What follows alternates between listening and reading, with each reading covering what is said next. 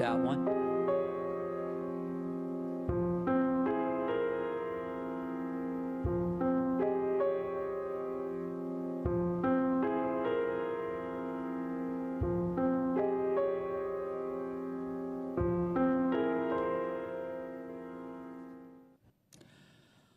Welcome to another show, name of the show, An Inside Job, War on Addiction.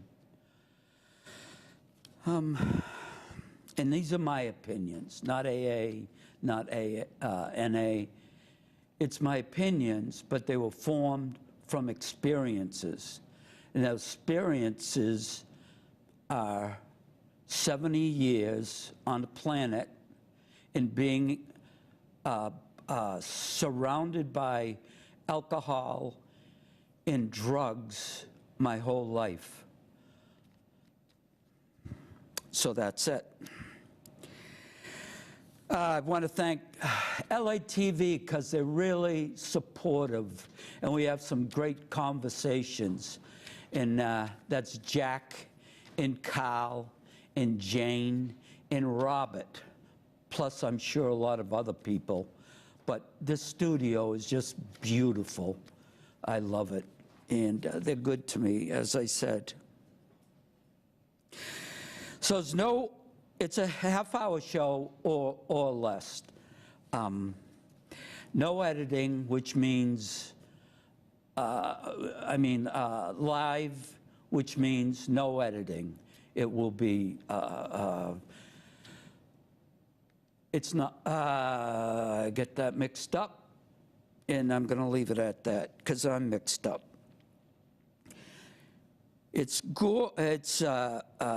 geared toward addiction,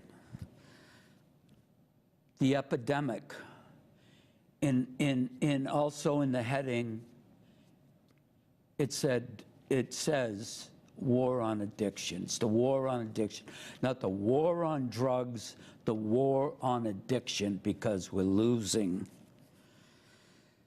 Okay, I always quote this man, and he has, to me, written one of the most important books on addiction that's out there. The guy's brilliant.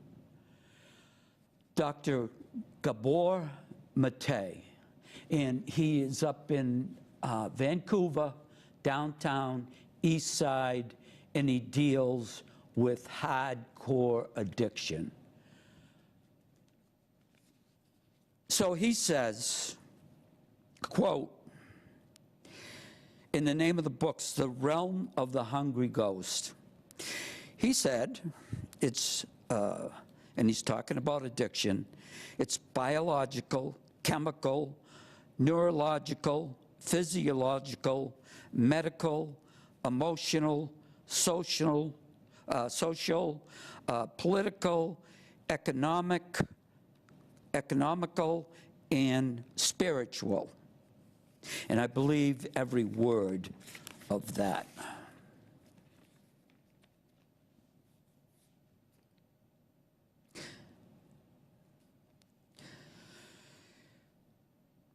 So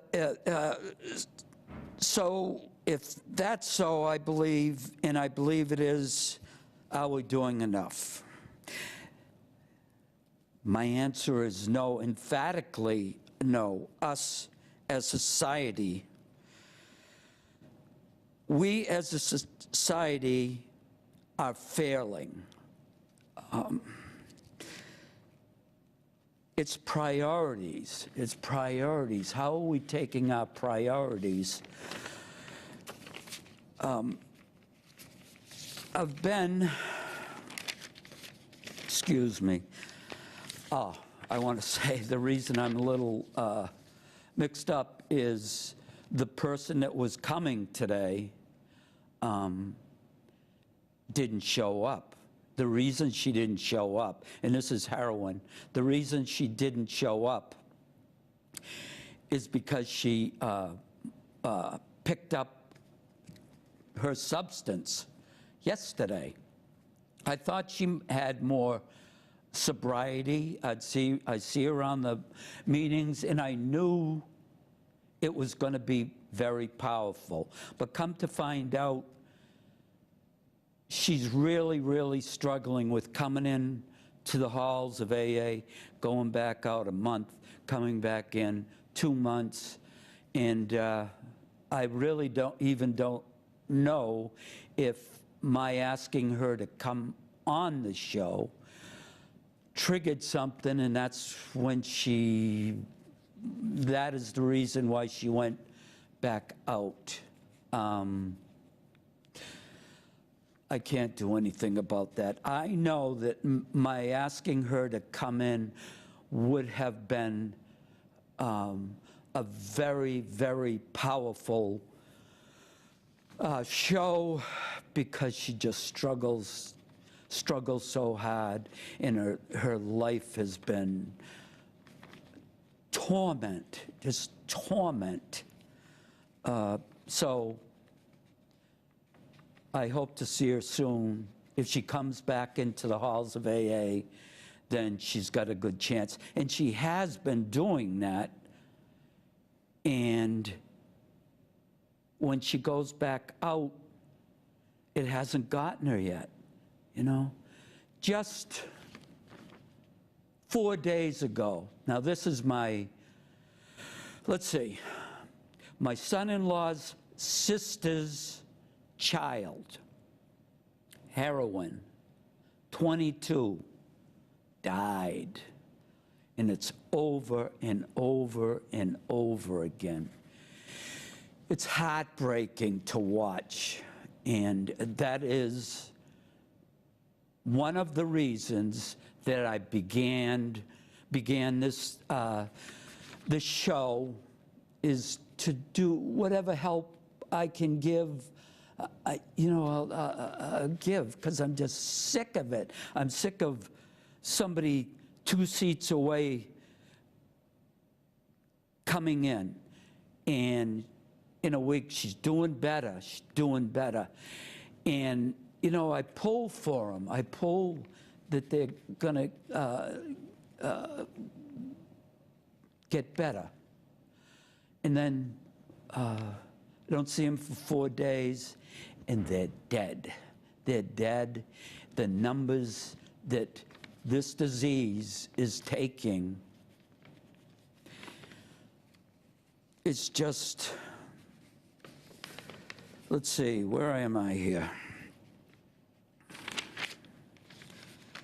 So we get, what's going to help this thing? What's going to help this thing?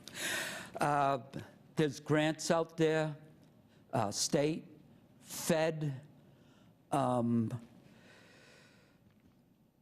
other monies, other agencies. But in my opinion, the system is broken, and I'm going to tell you why.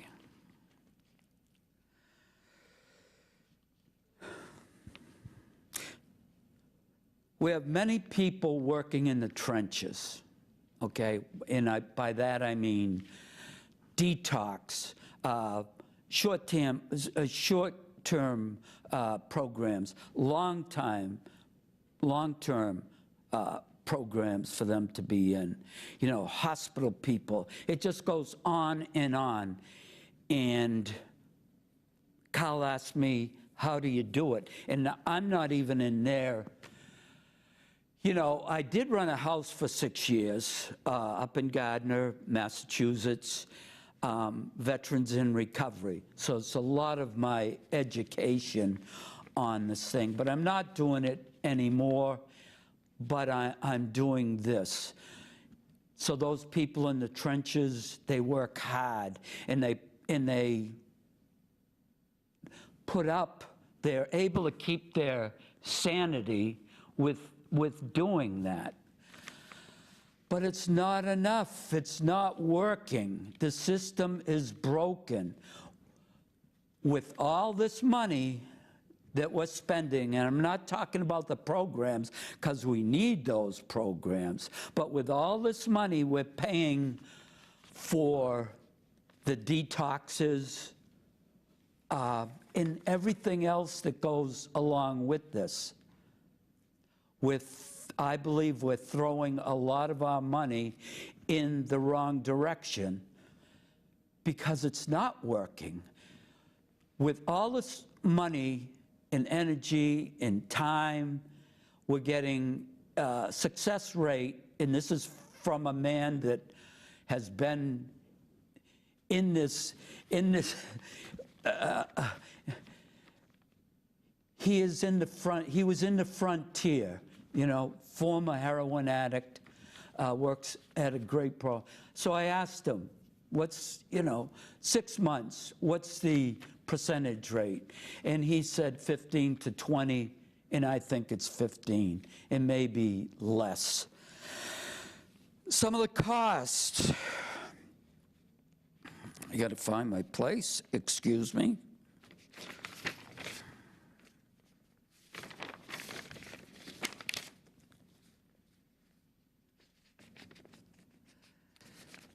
Some of the cost. I do not have the numbers because it's very difficult to get. I've been getting a runaround.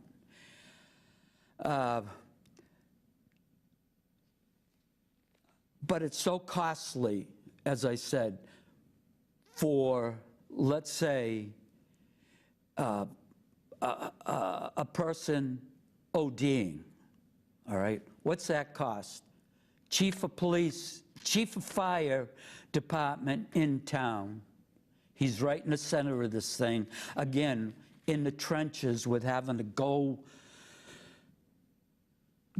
and, I won't get graphic, but just go where they have to go, let's say. I asked him, he said 10 grand. And it took me a bit back, but when you start thinking of it, the people that are involved in the cost, the firemen having to go out, the EMTs have to go out, the trip to the hospital, in the hospital, maybe 3 days in there, and it goes on and on. A detox. We had Stevie Paul in here that did a show, and I asked him, how many times detox? He said 125, but he thinks it's closer to 200.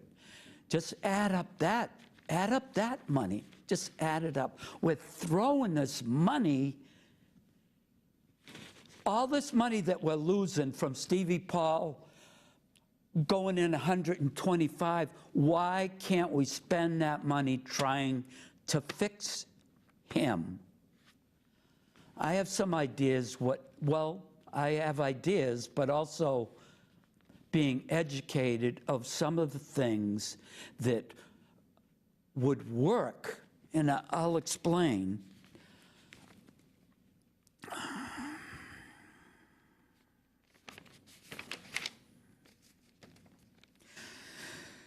Okay, the money going away. So what's it costing us? Again, cost of lives, loss of productivity, energy. I already was talking about money. And so what can we do to help? In thinking about this, and I had to write it out in an hour back at the house because she was not able to come. One of the things is we have to educate ourselves. We have to focus on this program.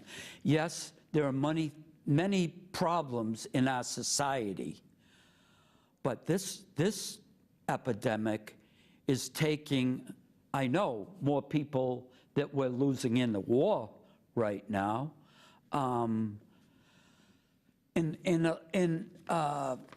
just so many other factors. We have to prioritize. We have to look at this. Yeah, there's everything else going on, but man, we're We're losing our people. And we need some money to go for more beds, all right? Right now, let's say, if you're lucky, you'll get into a place. Make the call down to a place to get in. Maybe it's a week. Maybe they get lucky and it's in the next day. Maybe 2 weeks, and you have to keep calling and calling and calling. So I'm a heroin addict or crack addict. What's going to happen in those 2 weeks when I'm hanging? I know what's going to happen is I'm going to pick up my drug again because I'm an addict. I'm an addict. In a few days, even though they're very sincere on that day, a lot of things can occur. And it's in our nature when something comes down, a problem, we go to the thing that has relieved us for a long time. You know, that thing's right there. Our addiction. It turned out that it wasn't a comfort zone for me anymore when I drank or drugged, because it took me down to the very bottom of this thing. And it was hard. I went down hard and lost everything. But I'm coming back up. It's been 35 years. I'm coming back up. It's been slow. I've had to have patience, but it's working very well. So anyway, time to recover.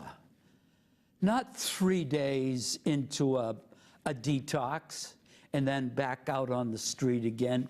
Your chances of that happening, and especially a heroin addict, the chance of that working, I wouldn't even guess at what that number is, but you can count them on, you could count it on 5 fingers, I know that. You know, the time to recover.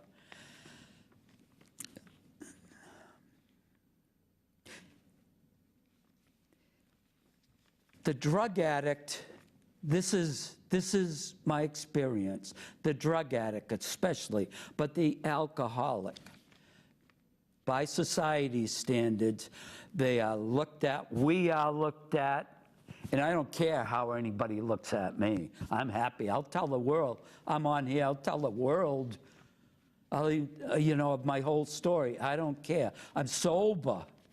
You know, I'm not like I was back then, but it's taken time.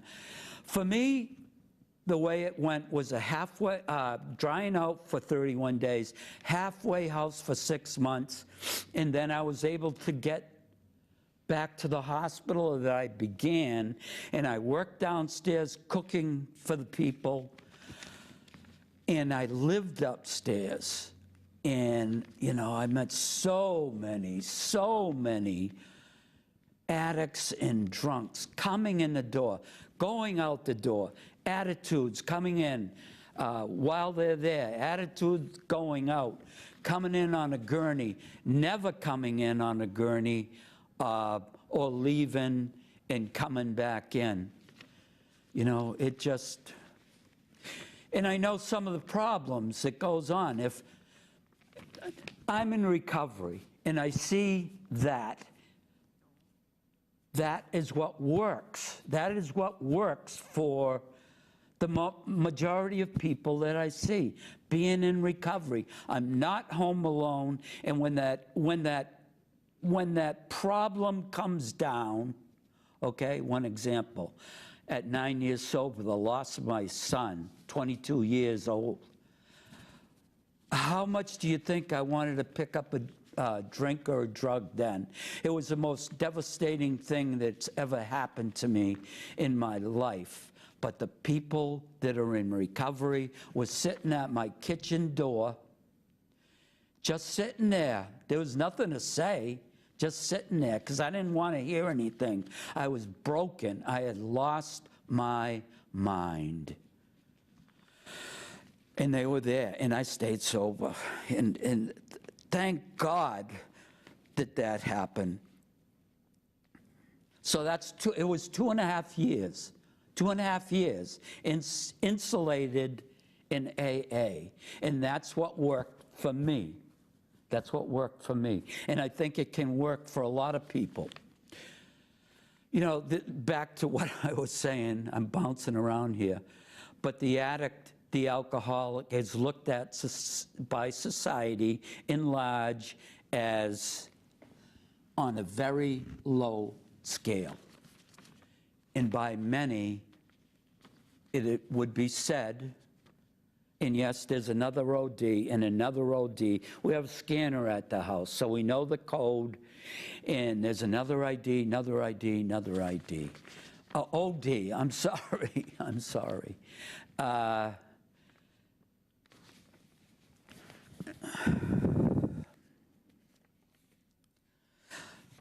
Lost my point.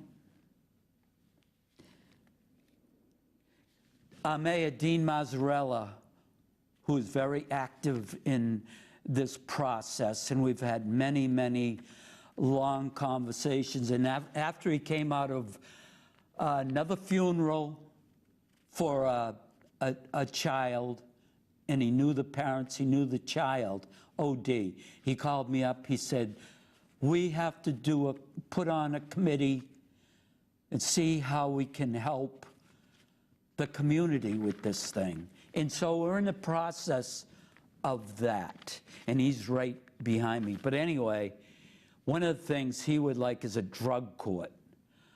And my dream would be a judge that's in recovery and to you know, understand what's going on, but also to be hard on this thing. You know, no nonsense. Because we're very good liars. We're very good liars. Some of the best.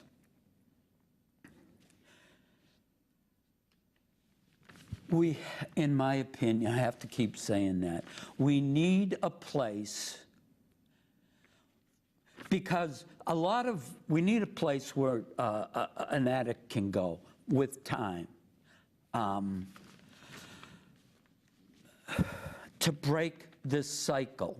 We need a place for a person to go that isn't run like a Gestapo, that are treated like people, and to be able to concentrate on their recovery with a lot of 12-step, a lot of people coming in, just a place to recover. When I was running the place up in Gardner for 6 years, 16 vets in there, my thoughts on this, and I don't know how long I was sober, maybe 25 years or something. I thought, I want to give these guys a year where they don't even have to work. And we got the money either from, because they were veterans, you know, some veterans benefits or some other monies that might be there. A year with no pressure. Our life has been tough enough, okay? And everybody's different. Everybody's different. And we have to understand that. It's not one thing that's going to help every addict and alcoholic.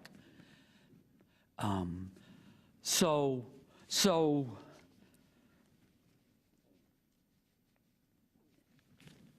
they had to do 2 things, all right? They had to go to AA, NA, both, 5 meetings a week.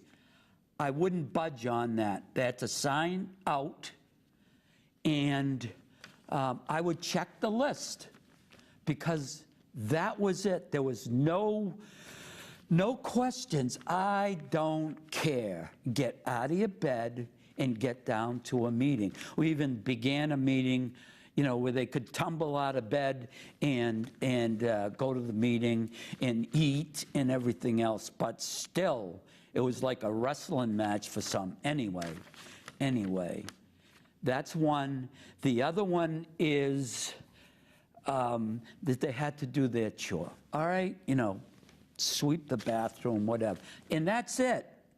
You want to go out somewhere? You want to stay out? You want to stay out all night? Let me know. But we're going to be drug testing. We're going to be doing breathalyzers. And even if you do pick up a substance, we're going to know it in a short amount of time. And we would. So that was it.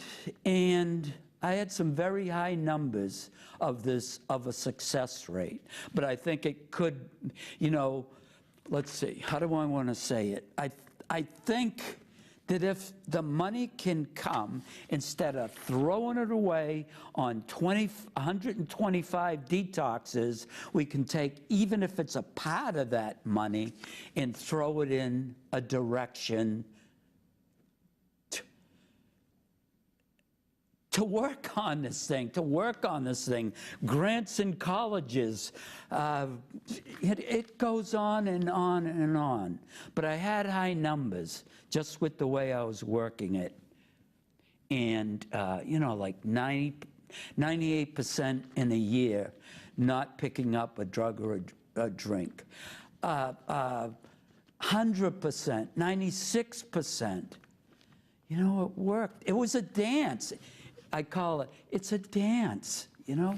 Like I said, one person is one way, one's gonna get motivated another way. We don't like to be told what to do, all right? I don't like being told what to do. And so I can get shut down real quick. Anyway, I'm sure I went over on time. My speech teacher from the Mount told me to never apologize. But I think it's in order today because it just went the way it was. So, again, it'll be on the shows, I think, to get you the link to watch these shows, and they will be aired on TV 2 or 3 times a week. And we're going on YouTube. This is going to go on YouTube. And so we'll see what happens. But thank you. And that's a wrap.